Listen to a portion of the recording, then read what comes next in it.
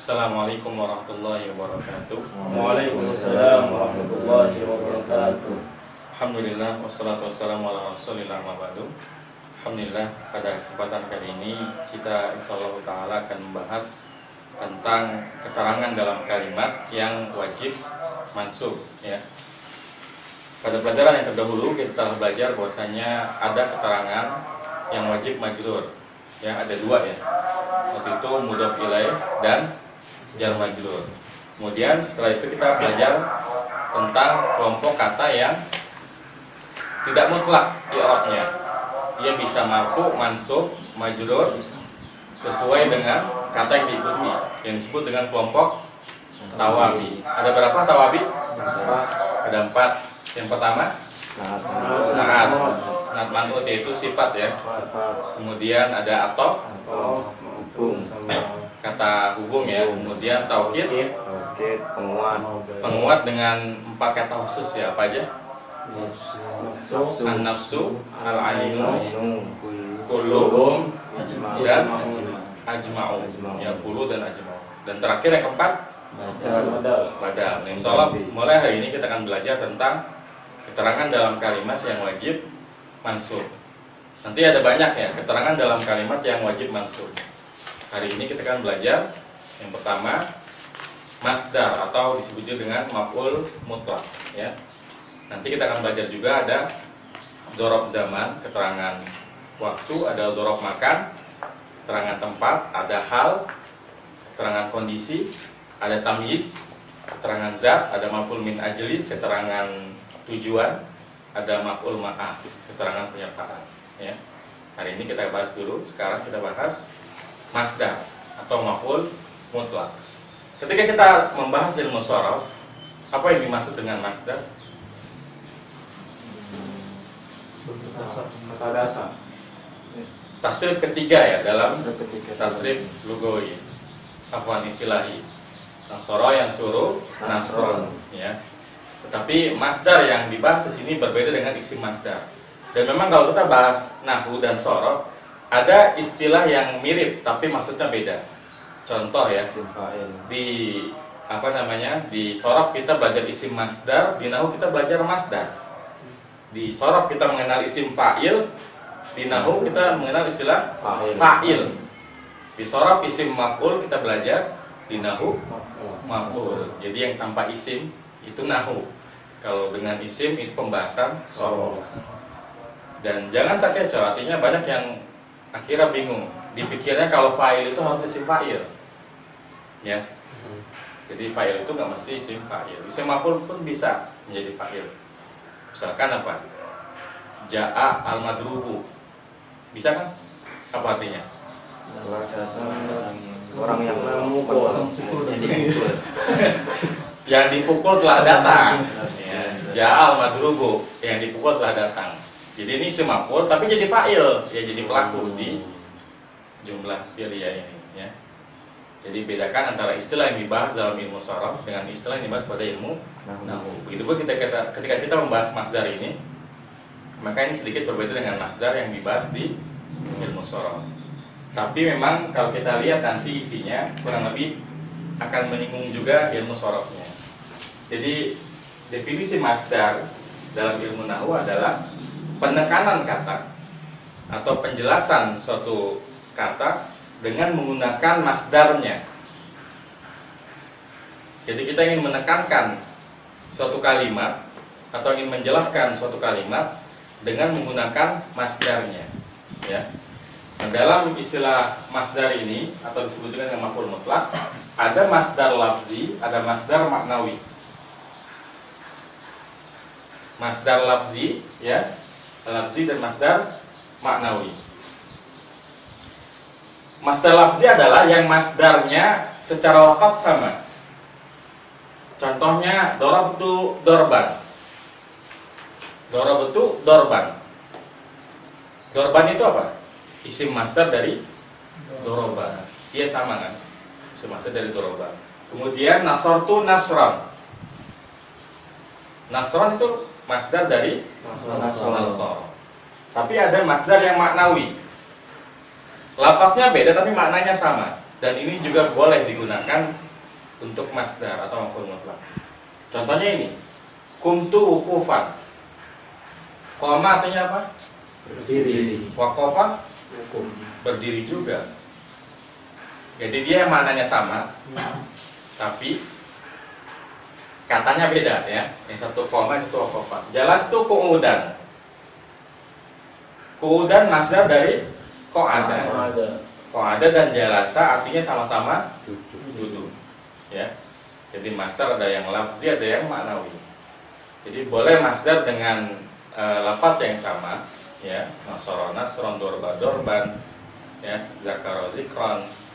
Boleh juga beda, tapi maknanya sama. Contohnya ini, kuntu wukufan, jalastu qu'udan. Lalu apa fungsi dari masdar itu dalam kalimat? Apa fungsinya? Kanan. Ada dua fungsinya masdar dalam kalimat. Yang pertama penekanan. Kalau kita mengatakan dorob tu zaidan dorban, itu artinya adalah saya benar-benar memukul si Zaid. Kan kalau dorob tu dorban, dorob tu zaidan aja, itu hanya informasi. Saya telah memukul Zaid. Tapi kalau dorob tu dorban, saya benar-benar memukul si Zaid. Mungkin karena selama ini Zaid ini dikenal serem ya. Terus dia ngomong ke temennya, dorob tu Zaidan. Ya benar. Ditambahin deh, dorob tu Zaidan dorban. Nah itu kalau udah ngomong begitu artinya saya benar-benar memukul si Zaid. Ya, jadi fungsinya adalah penekanan. Nah penekanan ini dalam Al-Quran banyak sekali, ya, yang menggunakan masdar. Nanti kita bahas. Yang kedua, ya, yang pertama penekanan, yang kedua adalah menjelaskan caranya, menjelaskan kemiripannya. Seperti misalkan dorobtu Zaidan dorbal asadi. Asad artinya apa? Singa. Singa. Saya memukul Zaid dorbal asadi. Seperti serangannya si singa. Seperti pukulannya singa. Atau dorobtu Zaidan dorba Mike Tyson. Bisa. Dorobtu Zaidan dorba Mike Tyson. Kan kalau yang Arab Tyson. Saya memukul si Zaid seperti pukulannya si Mike Tyson. Mungkin utang buat itu. Ya, jadi ada dua ya, penekanan atau penyerupaan. Kita ingin menyerupakan bentuknya dengan hal lain ya. Dorobtu Zaidan dorba Mike Tyson. Saya memukul si Zaid seperti pukulannya Mike Tyson. Mungkin saking kerasnya gitu. Seperti itu. Ya, saya lihat Itu bukan, tapi bukan maknawi ya kalau kayak gitu ya. maksudnya Yang apa namanya? Yang kayak tadi. boleh. Jadi kita ada dua pilihan, menggunakan lafaz yang sama, dorobtuhu dorban, boleh juga kalau dorob punya kata yang lain tentunya ya. Tapi kan doroba apa kata lain selain memukul? Kayaknya enggak. Kayak misalkan ini ya, kuntu atau jalastu deh. Mungkin dia orang yang dikenal jarang duduk di majelis ilmu.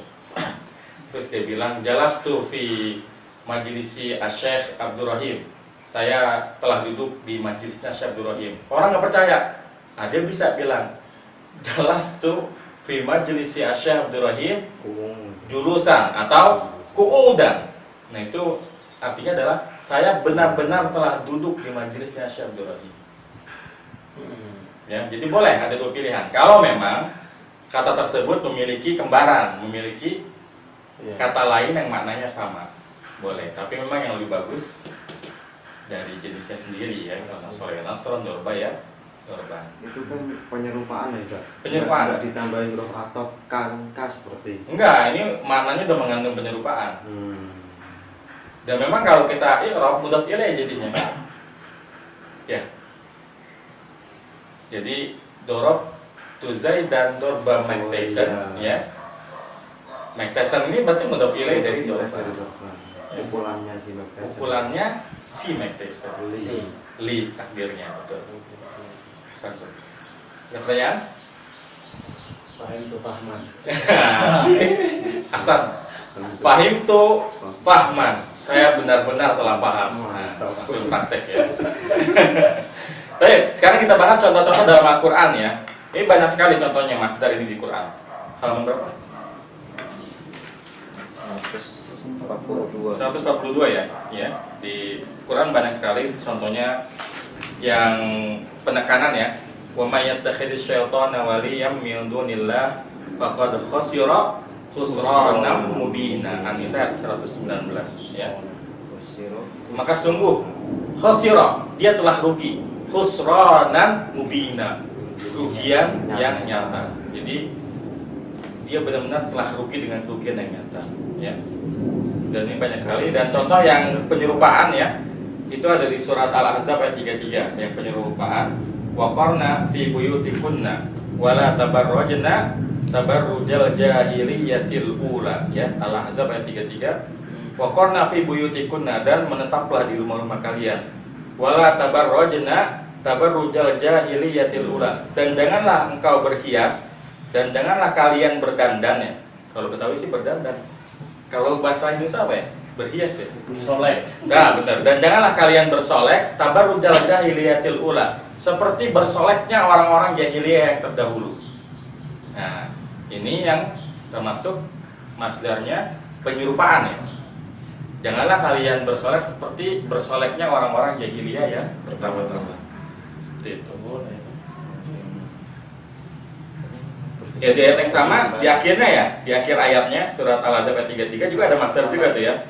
Innama yuridullahu liyudhiba ankum rijsa ahlal baiti wa yutahhirakum tathira, dan benar-benar mensucikan kalian ya.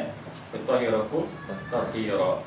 Kemudian di Al-Ahzab ayat 56 di situ ada ayat ya ayyuhalladzina amanu shallu alaihi wa sallimu taslima ya. Pokoknya semua pengulangan ya. Kalau setelah fi'il ada masdar, maka masdar yang setelahnya disebut dengan masdar, atau istilah Eropnya maf'ul mutlak. Memang kalau kita bicara maf'ul mutlak, nanti ia juga digunakan oleh kata lain yang pokoknya maf'ul gitu. Ada kata-kata yang dibilang maf'ul secara mutlak. Contohnya aidon ya. Aidon. Kata aidon yang artinya apa? Juga itu disebut dengan maf'ul mutlak. Dia ya secara mutlak menjadi masuk gitu, nggak dijelasin kelompoknya apa. Pokoknya aidon aja, selamanya aidon, nggak mungkin aidan, nggak mungkin aidon. Jadi dari sononya jadi maf'ul mutlak. Gitu. Baik, pada pertanyaan. Nah, so cukup ya untuk master ini. Wassalamualaikum warahmatullahi wabarakatuh. Subhanakallahumma wa bihamdika asyhadu an la ilaha illa anta astaghfiruka wa atubu ilaik. Assalamualaikum warahmatullahi wabarakatuh. Waalaikumsalam warahmatullahi wabarakatuh.